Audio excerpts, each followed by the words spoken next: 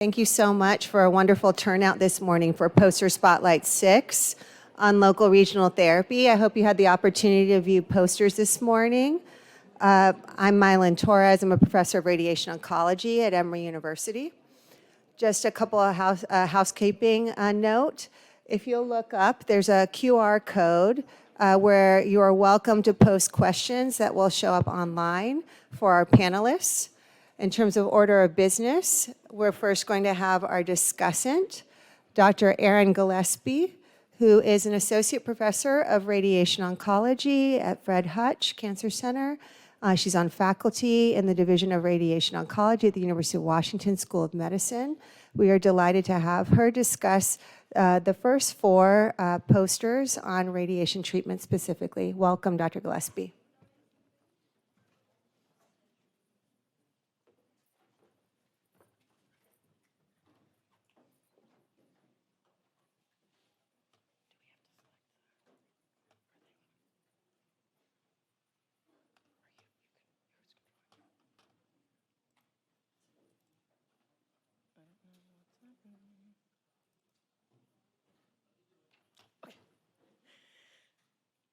Thanks so much for that introduction. I'm delighted to be a discussant in these 4 really thought-provoking and a lot of prospective data in this space. I'm very excited. I hope that I do the authors justice.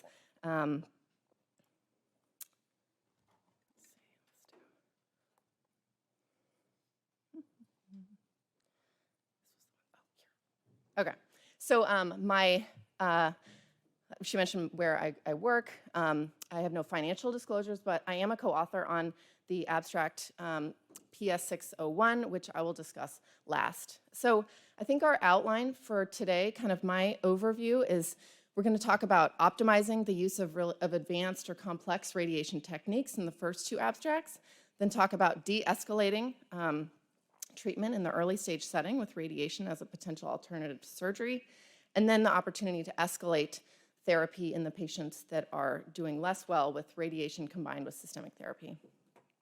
So the first abstract is a secondary analysis of a prospective trial. So Sapphire was a prospective phase 3 randomized trial of conventional versus hypofractionated radiation for post-mastectomy or regional nodal radiation, where I'll use RNI to indicate breast and nodal treatment. So it was a combined at MD Anderson. They presented the initial results at ASTRO just this year, in which the primary endpoint was lymphedema endpoint, looking at, again, is short course versus long course when you treat the nodes, and showing no differences. They did also show that the hypofractionated course reduced any grade 2 toxicities. But so this is an unplanned secondary analysis, really looking at technique. So among all the patients that were treated, they were not necessarily stratified by the technique of VMAT being sort of ARC or IMRT therapy, and then 3D conformal. The groups were nonetheless fairly well balanced, except for BMI and reconstruction favored the 3D group, and hypofractionation slightly favored the VMAT group. So the group pursued a propensity-matched analysis, which is what I'll present today. And that's the table on the right is showing you that these 2 groups, which they still had 196 patients in each group, were well balanced. They scored toxicity using clinician scoring, the CTCAE version 4 from OTVs, or on treatment visit. So their results were that VMAT is significantly reduced any grade 2 or more toxicity, which was really driven by dermatitis. On a multivariable analysis, VMAT had the odds ratio of 0.4, significantly reduced this any grade 2 toxicity. They also found, which is consistent with prior work, the hypofractionation and the omission of a boost. We know that less radiation will also reduce toxicity, and BMI, all factors significantly associated, but where VMAT held its significance.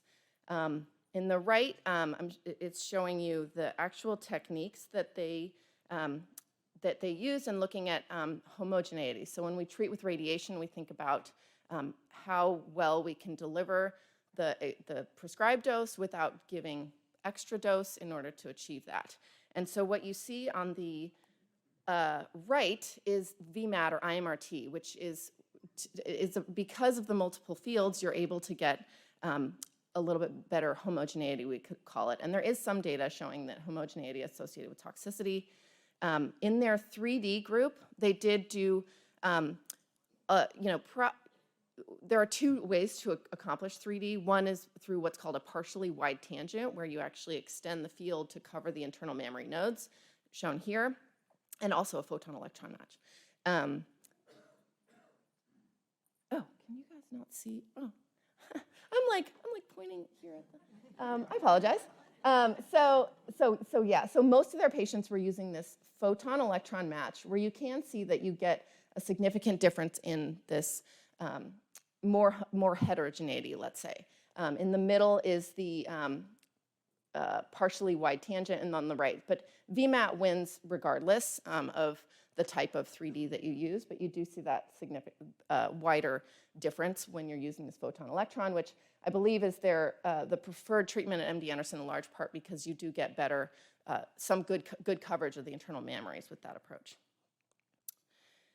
So putting these results in context, I think this is consistent with some literature that we know from whole breast radiation alone, that VMAT or IMRT can reduce skin dermatitis and acute toxicity. This is just listing a number of studies that have done this, including, I see Lori Pierce in the audience. The state of Michigan actually underwent, funded by Blue Cross Blue Shield, a large initiative to investigate this across the state to understand, is VMAT actually improving outcomes for patients? I think some other important, so this extends that knowledge to including the nodal patients. It's important to define your radiation toxicity. I do, in this study, they used on-treatment visits.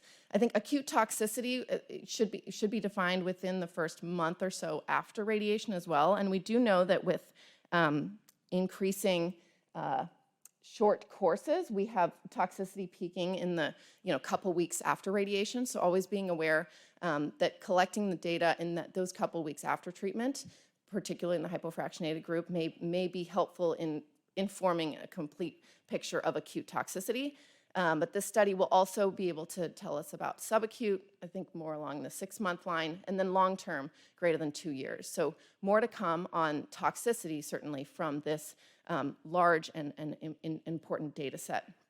They also have heart dose and potentially outcomes that will also require a little bit longer follow-up. And I think that that's my one caveat with the VMAT approach that we don't see here is particularly when you look at right-sided use of these ARC therapies, you can actually increase the dose to the heart and lungs, or particularly the heart, compared to the 3D approaches. And so is that a safe and effective thing to do? That was actually one of the arguments for RADComp enrolling right-sided patients, was that some of these techniques do give decent amount doses of radiation to the heart, and is that safe? More to come. But I think that this strengthens the argument for particularly for the left-sided patients. So I'll move on to capsular contracture after proton post-mastectomy radiation. There's obviously enthusiasm for protons to reduce the issue I was just describing around cardiac toxicity. The RADComp trial just closed to accrual and will, with over 1,000 patients, will definitively answer this question about cardiac toxicity. But in the meantime, the use of proton therapy has raised a lot of questions around skin and breast and reconstructive outcomes. So this group put together a large, at Miami Cancer Institute, put a large single institution retrospective series, including 89 patients. They had a relatively diverse by race, 10% Black, and ethnicity, 67% Hispanic patients. They used all modern pencil beam scanning, and they had a fairly homogeneous surgical approach, which was all like subpectoral implants, of which 60% were the 2-stage and 40% were direct to implant. And here, I'm just reminding the audience that the options, when you have the tissue expander to implant, probably most commonly done behind the muscle, although you can do two-stage in front of the muscle. And then here, that when you do direct implant, you can either place it behind subpectorally or prepectorally, which this is probably more common in the direct implant due to the not having the expander. So with a median follow-up of 36 months, they reported a 52% capsular contracture rate with protons for post-mastectomy radiation. Now, the definition of capsular contracture was from clinical notes, and it was surgical intervention recommended. So there were about, I want to say 15% in which surgery was not done but recommended, and but it was because of the definition of Baker scoring being grade 3 and 4, and a high rate of declining surgery among their population, they opted for that as their primary endpoint. So we'll discuss that, this is a fairly high rate of capsular contracture. That is how it was defined. Importantly, they really were able to compare the direct to implant approach versus the TE followed by implant, and did show a significant more capsular contracture with the direct to implant approach.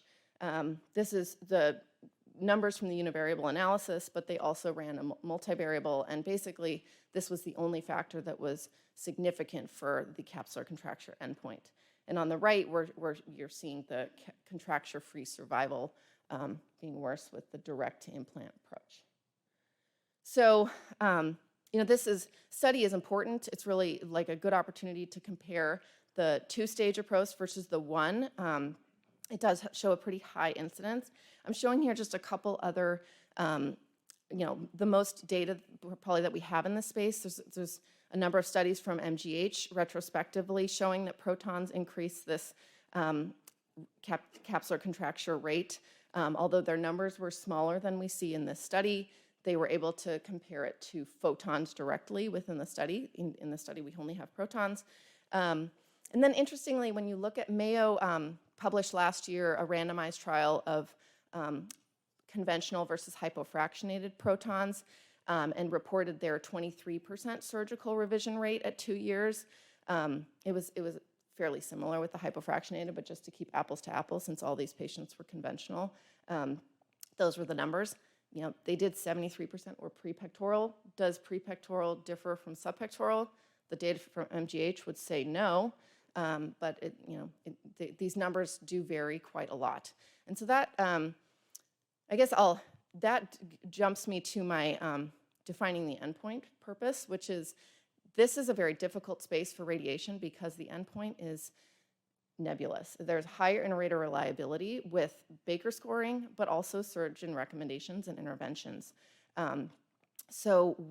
Interestingly, the Fabric trial, which just published on conventional versus hypofractionated radiation for post-mastectomy, did not include capsular contracture as an endpoint at all, and they only used patient-reported outcomes. So I think it just points to the importance of patient-reported outcomes. And that kind of brings me to my third kind of data in context, which is to bring you back to a multi-center retrospective study that was photons only, but informed us of the type of reconstruction.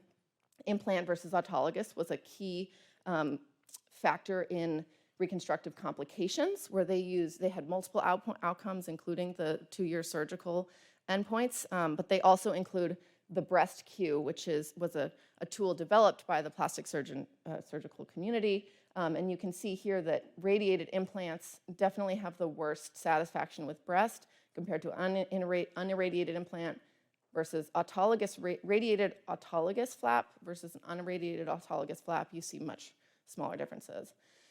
So from a research perspective, certainly the importance of having, with this variation, the importance of having internal control groups to give robust comparisons is important, potentially multi-center groups where you're able to include multiple centers. But this does beg this question of if protons are really preferred for other reasons, should we be steering patients more towards autologous flaps where we know that they really do better with radiation than implant-based approach?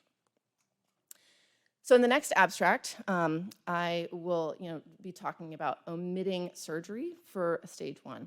ER-positive cancers. So moving from optimizing techniques into sort of a new or de-escalating therapy. So this is a prospective single-arm phase 2 trial at MD Anderson. Greater than eligible patients were over 50 with stage 1 ER-positive disease. They had to have low oncotype. What they actually enrolled was a median of 71-year-old, small, median size of about 1 centimeter, and low oncotype. The intervention, so how they did this is important because this varies across studies. They did 3 months of endocrine therapy followed by radiation using a partial breast approach that was very, very conformal using those IMRT approach. And then they did a vacuum-assisted biopsy at 6 to 12 months, and then surgery only if they did not have a complete response at that point. The details of the technique for the radiation oncologist in the audience was a higher dose to the gross tumor that they could define on the imaging, which is one of the technical challenges I hope somebody asks Dr. Shaitelman about later. And they had a slightly lower dose to the clinical target volume, which is that microscopic extension that we would normally treat even in post-op setting. But exciting, they found that at this 6 to 12 months, the path CR rate was over 50% using the vacuum-assisted biopsy approach. They actually, and when you look at patients, because they had that wide range from 6 to 12 months, the difference was up to 63%. Small numbers, certainly, but high rates. And again, these patients started hormonal therapy and were on it. So that is, I would consider this a radiation with the help of some hormonal therapy, and really no progression or recurrences in the 12 patients that ended up not getting surgery at all. A couple of those actually were recommended surgery and declined it. So with 26 months of follow-up so far. So I think that there have been a number of trials in this space of pre-op radiation or radiation to replace surgery. But I think that this study is important for getting some good data out there for us. So we, again, coming back to why are we doing this? Preoperative radiation can reduce the volume that you treat, and then if you move on to surgery, you often remove a lot of the volume that was radiated, which can be a positive. We know from other diseases, classically sarcoma, that radiating in the preoperative setting can reduce the side effects of radiation. We also see increasing use of oncoplastic strategies and making postoperative targeted radiation with partial breast more difficult. And then lastly, is radiation is just a less invasive option. A lot of these patients were older, potentially seeking non-surgical options. And I think this is really exciting data in light of yesterday's late-breaking abstract, where the EBC-TCG reported on 3 randomized trials, meta-analysis of women over 70, where they did upfront or delayed surgery and showed significant differences in outcomes. So, for certain patients, the approach of hormonal therapy for a while until you do surgery could be something to reconsider, and radiation may be a less invasive way to do that. What we know that from one prior study that 20 Grand 1, that they showed really, really small differences and no difference in notable cosmesis. I think that was something that MD Anderson also appreciated, that without surgery and with at least this 5-fraction approach that they did, they really see minimal change to the breast contour. And then really in the past CR rates are pretty favorable compared to the other studies that have been published. Again, a lot of this depends on how long you wait after radiation, which has been shown in other diseases as well. But surgery within a couple weeks versus surgery several months later can change your past CR rate in up to 40 to 50%. So that's actually led the MD Anderson group has expanded to add another 20 patients to their cohort, where they're going to wait 12 months for evaluation to see the response. They're also moving to it was a 5-day sequential instead of every other because of the trends in partial breast radiation. So really, how can this data inform our approach to poor surgical candidates? I think I alluded to that before, that this is sort of an emerging option for us to think about, but certainly, early phase data, that is hypothesis generating. So my last abstract, I'll talk about, this was a prospective open label single arm phase 1 trial conducted at Memorial Sloan Kettering. There were 30 patients with triple negative breast cancer that had residual disease after chemotherapy. They underwent concurrent PARP inhibitor, specifically with rucaparib, which was the funder for the trial, and that was given during and after radiation. Rucaparib was started at 400 milligrams BID, which is just under the therapeutic dose for rucaparib alone. And they also collected ctDNA. So this is just showing you the time course of the study, rucaparib during and after radiation, and then the tissue collection. And where the objectives were really to understand the max tolerated dose of rucaparib with radiation, and then identifying biomarkers of locoregional relapse. So on their first objective, really more toxicity was appreciated in the study than was anticipated. The dose actually, instead of going up as planned, went down with meeting the tight CRM definition of less than 30% dose-limiting toxicity. They landed at 300 milligrams daily. And a lot of those toxicities were radiation dermatitis and lower counts, neutropenia, lymphopenia. And then the ctDNA was hypothesis generating. They found that the 4 out of the 9 patients that had ctDNA persistent after radiation recurred, and 5 of the 9 that did not have it after radiation did not recur. So sort of high specificity, but small group. The study has a median follow-up of about 31 months, and 2 local regional recurrence have been appreciated, and 13 patients with distant metastases. Notably, fair to poor cosmesis, physician-rated scales, with breast conservation was not great. 43% of patients actually had fair to poor cosmesis. So that's part of my discussion. So to bring us back, again, the purpose, the rationale being that we have a high rate of recurrence in patients with residual disease after neoadjuvant chemo, and how can we optimize therapy for these patients? PARP inhibitors, the rationale is really homologous recombination repair defects are common in triple-negative breast cancer, up to 50%, and those tend to be sensitive to PARP inhibitors. So there was just last year published in JAMA Onc a very similar study, but using olaparib with radiation, and they found very few dose-limiting toxicities, but they landed on a dose of 200 milligrams BID, which is actually only slightly higher than what the 300 milligrams daily I described. There is some, real-world data from the systemic therapy alone setting that rucaparib may be a more potent toxicity. Patients tend to stop it more than olaparib. So the 2 out of 30 patients with local regional recurrence seems promising in this setting of really high risk patients, but the 43% fair to poor cosmesis is really quite high. And if you look at, this is not exactly apples to apples, but the Florence trial was published recently and really defined these outcomes well. When you look at whole breast radiation, physician reported 2% of patients had fair to poor cosmesis. Patient reported, you get up to the 14%. So again, physician reported and patient reported outcomes can differ a little bit, but nowhere in the ballpark of the 40%. Again, small sample size. This is based on 6 out of 14, but something to be aware of. The ctDNA data, as I mentioned, warrants validation. And they have 22 patients with tumor that will be able to sequence for HRD. And there's also a SWOG trial that just closed looking at olaparib with radiation in the inflammatory setting. So I think that there's more to be learned from in this setting. So with that, I will summarize that, for optimizing treatment, I think IMRT and VMAT are promising for reducing dermatitis, some caution with protons due to capsular contracture rates.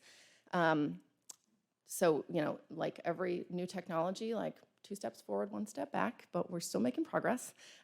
We are in de-escalating early stage disease. I think there's exciting promise with a 5-fraction PBI approach in the intact setting without surgery.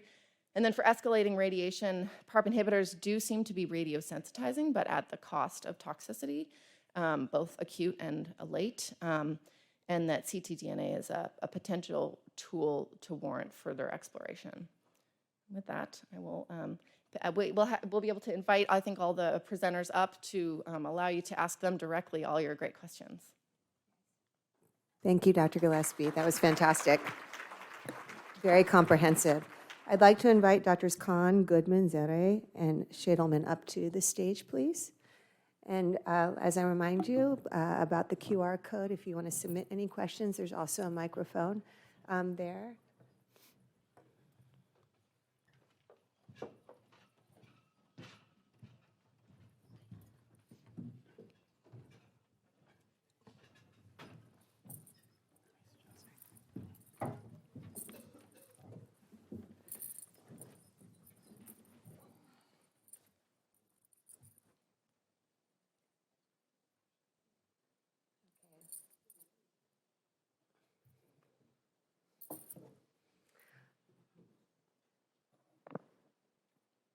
Yes, thank you.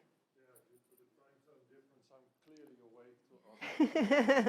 So I would like to ask, I think, try to find a name, but about the de-escalation poster over there, we discussed it a bit.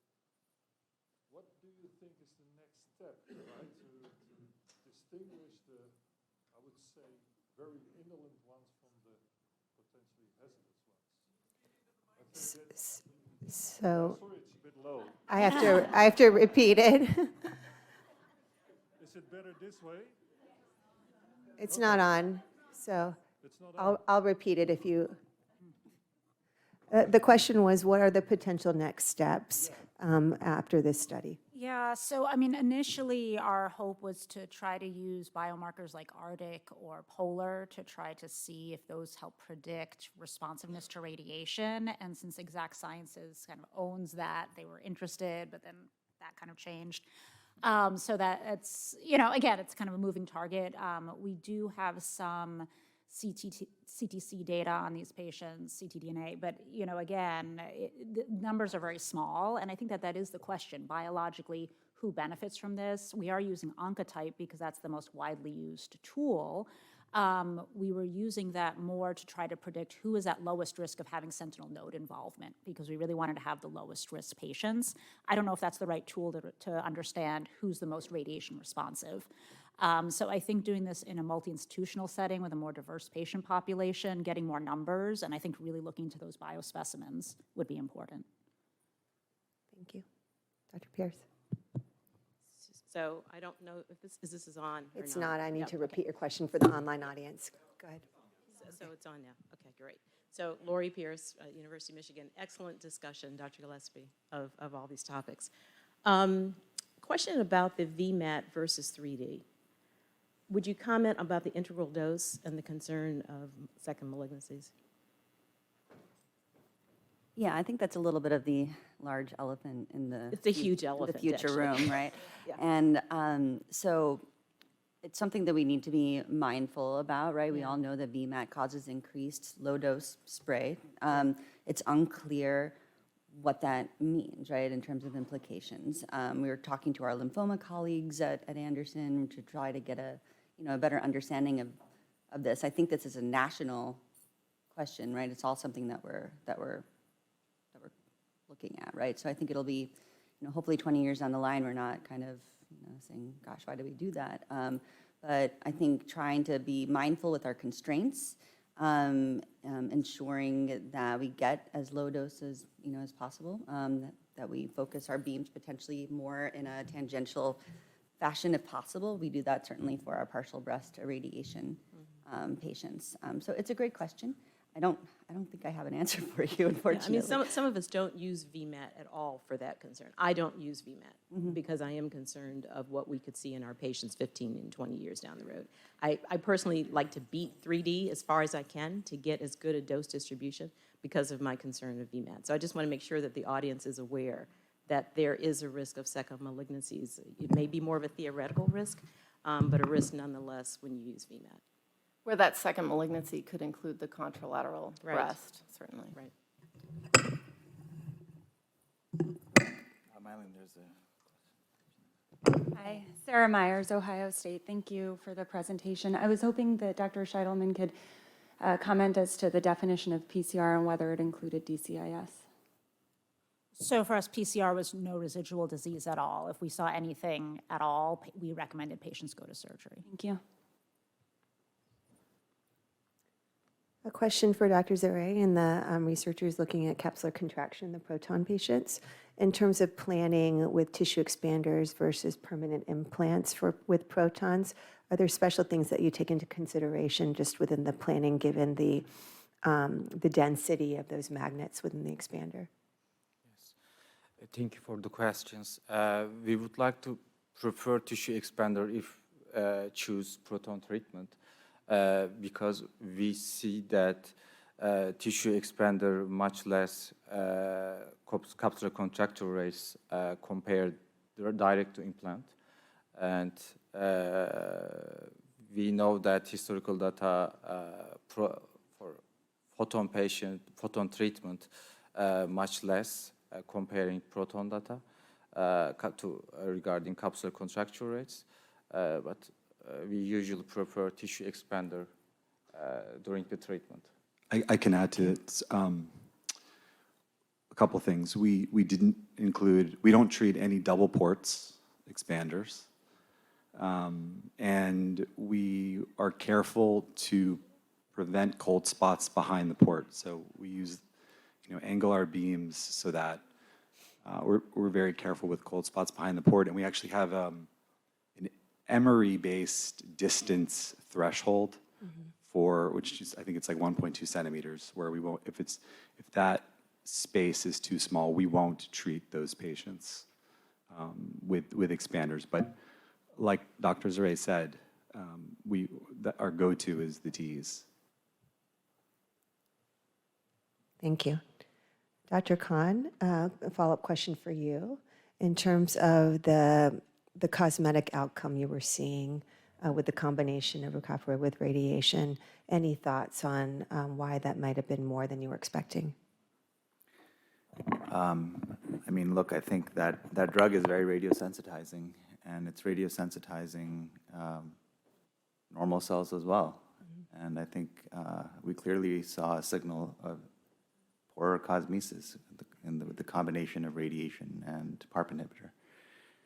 I think that is different from the finding from Kurova et al. With olaparib, and I think that's a question that will need to be resolved somehow, perhaps with the SWOG study data coming in. It may have to do with the mechanism of, like the efficiency of PARP trapping with these drugs, that there's some differential activity with respect to enzymatic inhibition versus PARP trapping, with the PARP trappers potentially being more sensitizing, more toxic. That may be the answer. There may also be institutional differences in how radiation is done that are influencing that. So, but clearly 40% fair and / poor cosmesis is, is not really in the range of what we would want. Bear in mind, that's not all at the MTD dose. That's also patients who had, doses that were above MTD. So. And any thoughts on how to move that drug forward? Yeah, we've been thinking about what is the next step here as well. I'll add that these patients were all treated before Keynote 522, so this was all just chemo alone. So the number of patients who are going to have residual is going to be lower moving forward. That having been said, the RCB2 and 3s are still pretty high risk for recurrence, including local recurrence, especially the RCB3s. Thankfully, that's not common. So there may still be a niche for trying to escalate treatment in those patients, and whether it's this drug or a different drug, I think we would be interested in studying that. This particular drug, the company that sponsored the trial no longer exists, and the drug's been actually released to a different company. So, yeah, right, common theme. Yeah, so we're not sure. Right. Well, thank you. In the interest of time, I think we need to move on to the next set of posters. So thank you to the panel.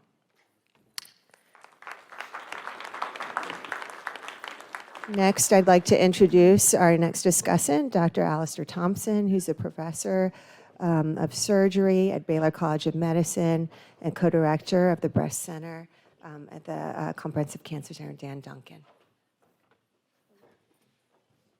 Thank you so much, Madam Chairman, and ladies and gentlemen, for the privilege and pleasure of presenting some brief thoughts on the other 4 posters, which you can see 3 there and 1 here. So I don't have any real conflicts of interest other than the fact I'm a surgeon, and I try to see things in a transatlantic viewpoint.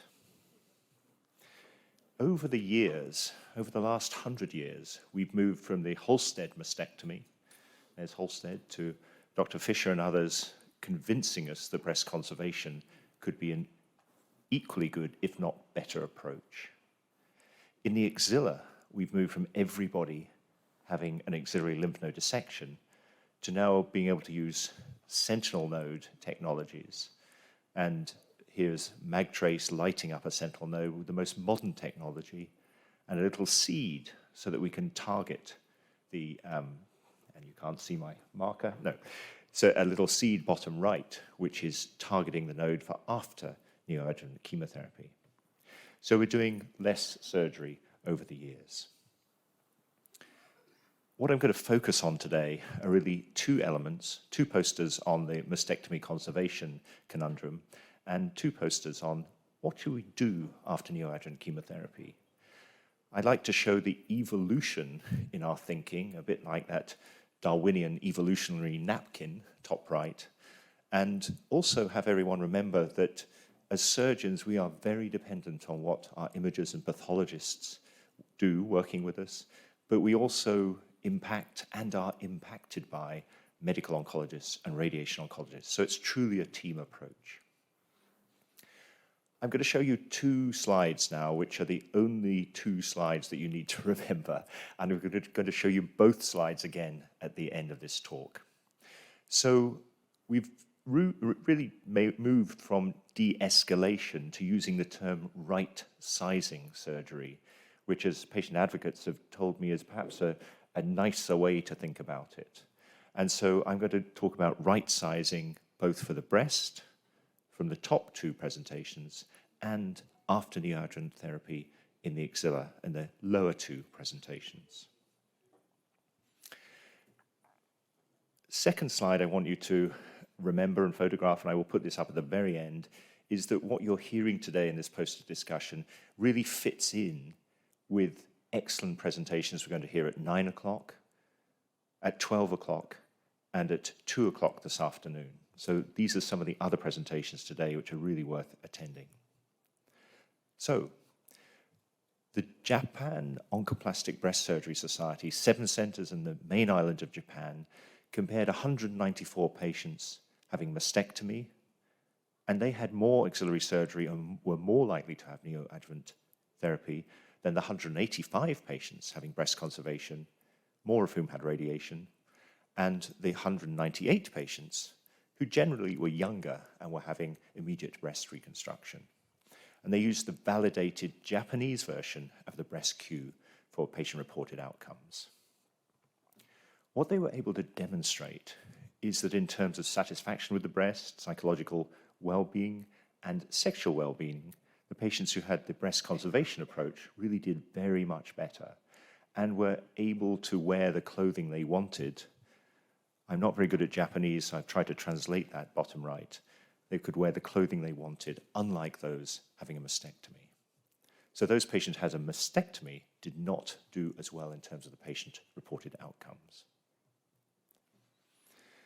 So as the authors concluded, I would agree with them that in the real world, using quality of life outcomes, then the breast conservation approach really was better than a plain mastectomy.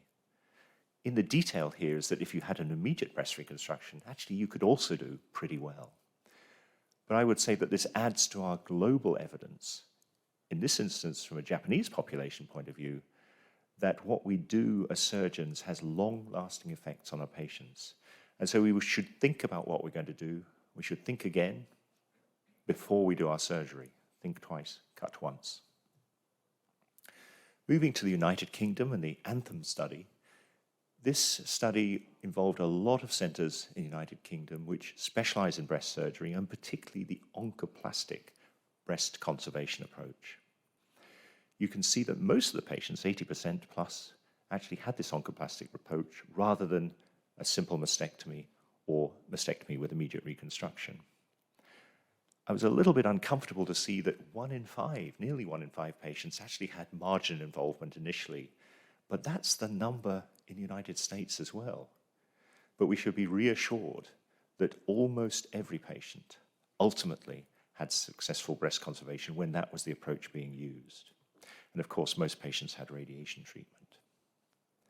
So looking at the scores of the oncoplastic breast conservation approach, with the breast Q on the left-hand side, you can see that satisfaction with breasts and psychosocial well-being was really much better with this oncoplastic approach. On the right-hand side, there were some things that maybe weren't quite so good, physical well-being and sexual well-being compared to the other approaches. The other thing, in addition to the patient-reported outcomes, were that the complications of this oncoplastic approach were perhaps less than having a mastectomy and/or a reconstruction, as you can see in this table. And because not everyone's familiar with what's done here, that series of 2 pictures, you can see a patient who's got some ptosis, who's had a large resection of a 6-centimeter area of DCIS in her breast. And really on the right-hand side picture, you can see that reduction and lift and rearrangement has given her a super result. So is this approach the right thing for all women? Does it have to be women with super large breasts? Does it have to be women where gravity has won over the years and they're very ptotic? Or, as you can see in this example, can it be applied to many more women than we would initially have thought? This study was conducted in the United Kingdom, where many breast surgeons have the skill set to do this surgery as a single practitioner, whereas in the US, folks like myself team up with a plastic surgeon to be able to do the surgery. So again, we need to think twice before we do our surgery and cut once. Moving on to what to do in the axilla. This trial conducted in Korea is going to report its primary endpoint in a couple of years' time, but they've presented some of the analyses of the pathologies that you see in the patients who are having an excellent response to their neoadjuvant chemotherapy. And as you can see lower down these bullet points, if you've had a breast pathological complete response, you might be able to avoid any central lymph node surgery. And if you don't get a pathological complete response in the breast in this selected group, maybe you still don't need surgery because you're unlikely to have any lymph node involvement. On the left-hand side is the consort diagram. On the right-hand side, that final column, highlighted with the pink arrow, just reminds you how few patients actually had even micrometastases using this approach. Should we do completion axillary lymph node dissection? Is it oncologically safe? Well, that trial is going to report finally in 3 years' time, but in the meantime, the team under Thorsten Kuehn has really tried to find an answer to the question, what should you do if after neoadjuvant therapy you do a central lymph node or you do a targeted axillary dissection and you find isolated tumor cells, or the pathologist finds them, or the pathologist finds micrometastases? What's different about this study is that initially all the patients had nodal involvement, N1, N2, or N3, and they all converted clinically to there not being any obvious nodal involvement. Now, this was truly conducted by a global village, and there are people here from Azerbaijan, from Turkey, from Peru, reflecting this tremendous global effort. The consort diagram you can see on the left-hand side of the screen, 5,000 and some women went into the beginnings of this study to, on the bottom left and third from left, little box, you can see the 16 and the 71 patients that I've highlighted with pink arrows in those columns, where the patients had either isolated tumor cells, 16 patients, or micrometastases, 71 patients, and very few had any additional nodal disease when they had the axillary lymph node dissection. In contrast, that column on the far right of this slide, you can see that if the patient did have a macrometastasis, then there was a much bigger chance than if they had micrometastasis or isolated tumor cells of there being further lymph nodes involved with tumor. So you can see for yourself the beautiful figures that have been produced by this team. One thing struck me, which is in the middle of this slide, that central lymph node biopsy and targeted axillary dissection after neoadjuvant chemotherapy really have become standard of practice around the world, which is reassuring to see. And yet, a third of women were still having completion axillary lymph node dissection, and nearly half of those women who had micrometastases had axillary lymph node dissection. The bottom line, and why I think this study may be practice changing, is that if after neoadjuvant chemotherapy and you have a pathological complete response in the breast, you can only find isolated tumor cells or micrometastases, then you should not be doing an axillary lymph node dissection. The only reason you might consider an axillary lymph node dissection in this setting after neoadjuvant therapy is if you've got micromets and there's still some disease in the breast. So think hard, think twice, cut once. I'd like to invite, if I may, Madam Chairman, the four contributors to come up to the podium while I show the last three slides. If you'd like to join us up here, that would be great. And just remind you that breast conservation, as demonstrated by our Japanese colleagues, by our British colleagues, just expanding what we might do in terms of breast conservation is well worth thinking through. After neoadjuvant therapy, as our Korean and global village colleagues have shown, we probably need to do a lot less than we have been doing historically. And with that, I just wanted to remind you that everything we do as surgeons, we are dependent on pathology and imaging. We interact with medical oncology and radiation oncology. Think twice before you operate, cut once. And with that, I'm going to leave this slide up, if I may, so that people can take a note of some of the other superb presentations that are going on the rest of today. Thank you, Madam Chairman.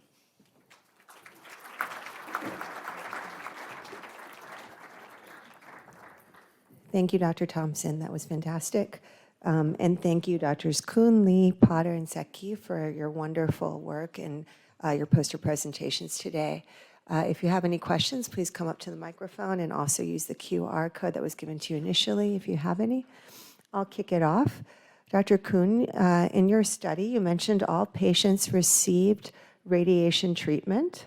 And curious if you see, based on your results, an opportunity to de-escalate or right-size the radiation treatment, particularly in patients with ITCs or micromets and those with PCR within the breast.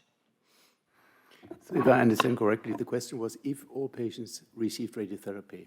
So yes, they did. And the idea of this study was mainly, it was the role of axillary section as a diagnostic procedure, not as a therapeutic one, because we all await data from the Alliance trial on the therapeutic value and on comparing axillary section with radiotherapy with regards to local control, local regional control. So we looked at the diagnostic value, and if by completion of axillary section patients were upgraded, and then if this would lead to a modification of systemic and regional treatment. And there was practical none. So there's no diagnostic value in isolated tumor cells and micromets. Okay. Yes, please. Good morning. Shelley Feldman from Montefiore, New York. Thank you for an excellent session. So I had a practical question, which is I think the data that's been presented and prior studies looking at National Cancer Database, et cetera, really do confirm that in patients who have a complete response in the breast, who are clinically low disease in the axilla, pre-neoadjuvant chemotherapy have a very, very low chance of having additional axillary disease. So this would require a two-stage procedure potentially, right? Where you, because you don't know about the response in the breast until the pathology report comes back. So if you do a breast conservation procedure and an axillary procedure, and then you have a complete response in the breast, do you then go back to the axilla if it's an incomplete response, or how does that play out in clinical practice? I'm just curious about your thoughts. So thank you for your question. In our study and also the UBreast-01 and A6 studies, they have the same scheme. They confirm the PCR in the breast through lumpectomy. And then if it does come back as residual disease, we do have to go back for a sentinel axillary staging procedure. One thing is that, as you mentioned, for clinical node 0 patients who do have a PCR in the breast, about 98% do actually have no residual disease in the axilla. However, for clinical node N1 patients, it's in the range about 10 to 15%. So adding to that, if there is residual disease in the breast, I think it would be safer to go back and check for residual disease in the axilla. Thank you.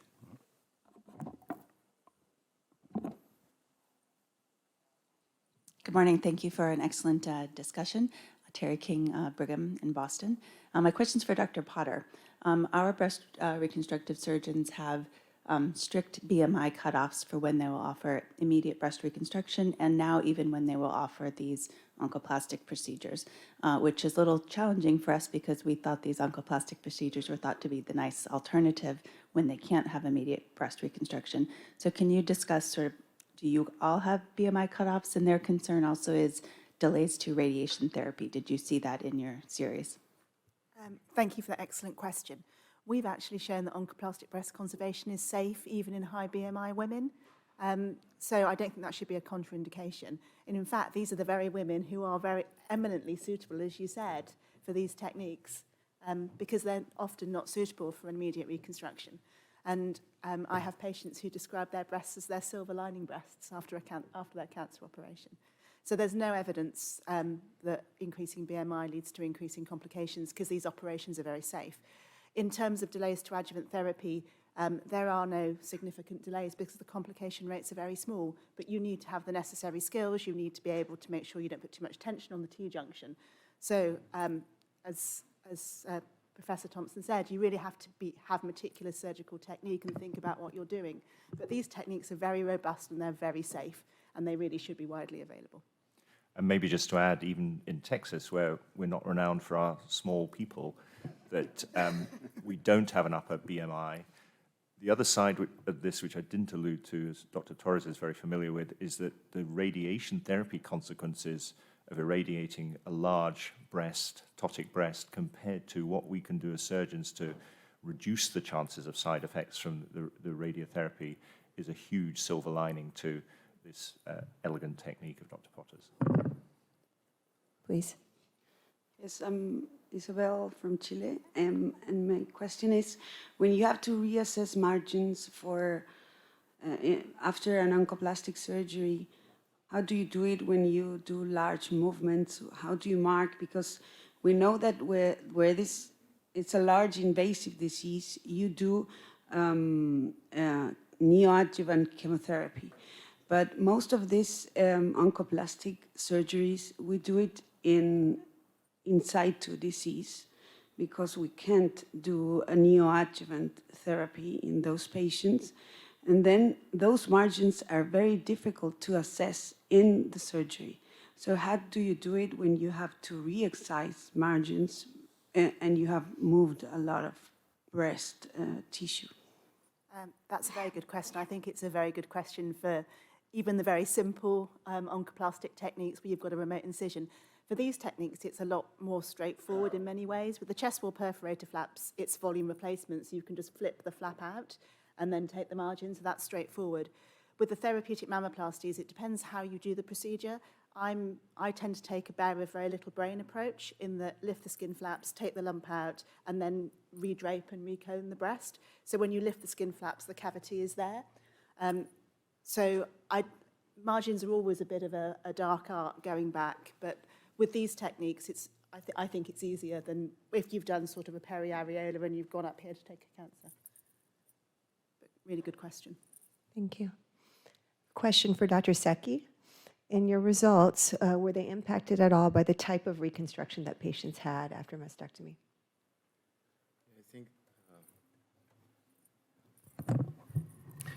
I think the technique of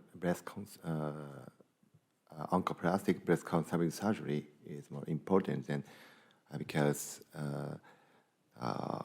the technique gave the higher health-related quality of life and breast satisfaction than the IBL, because especially to the Japanese patient, because they have more smaller breasts than the Western people, maybe. Thank you. Thank you. One more question for Drs. Lee and Kuehn. It is not infrequent in the United States that we get staging scans, systemic staging scans, sometimes PET-CT, CT scans of the chest in patients with node-positive disease. And in your study, you were looking at clinical N1 to 3 disease, not necessarily fully characterized by fully exam, what we're seeing on more lymph nodes, maybe in the infraclav and supraclav area. In your study, did you include those types of patients to really understand the full burden of nodal involvement? So the question was if we included N2 and N3? Mm-hmm. Yes, we did. Although according to our guidelines, TAD and central lymph node biopsy is allowed in N1, not in N2, 3, but I think this is a very interesting cohort if less invasive diagnostic X-ray surgery is feasible. So we do not perform PET-CT, and we will also have another presentation today showing the value of ultrasound, for example, imaging techniques. And we know that after neoadjuvant chemotherapy, almost all imaging techniques, if it's ultrasound, MRI, or even PET-CT, is not very predictive. Also, in our study, we included clinical N1 patients as well. However, in Korea, PET scan is not reimbursed. We do CT scans for all our patients. So we determined the clinical stage according to images, and about 66% of the patients did receive FNA biopsy for evaluation, and of those patients, about 40% were confirmed to have lymph node positive disease. So going back to your question, we only did CT scans for evaluation. Thank you. There's an online question for Dr. Potter.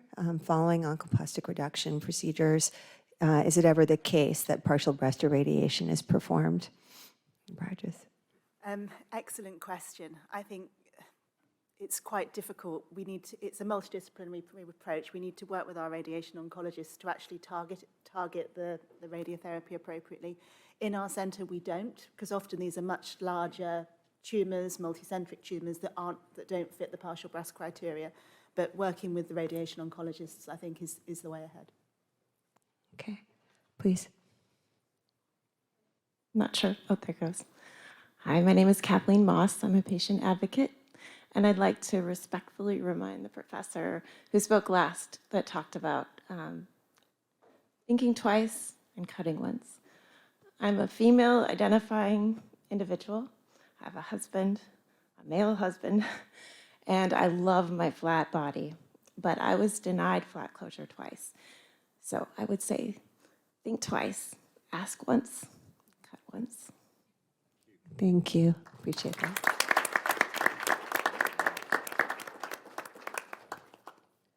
All right, well, this has been a wonderful session. Thank you to all of the presenters and the discussants.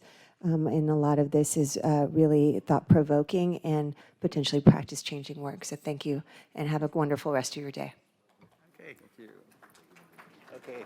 Thank you very much.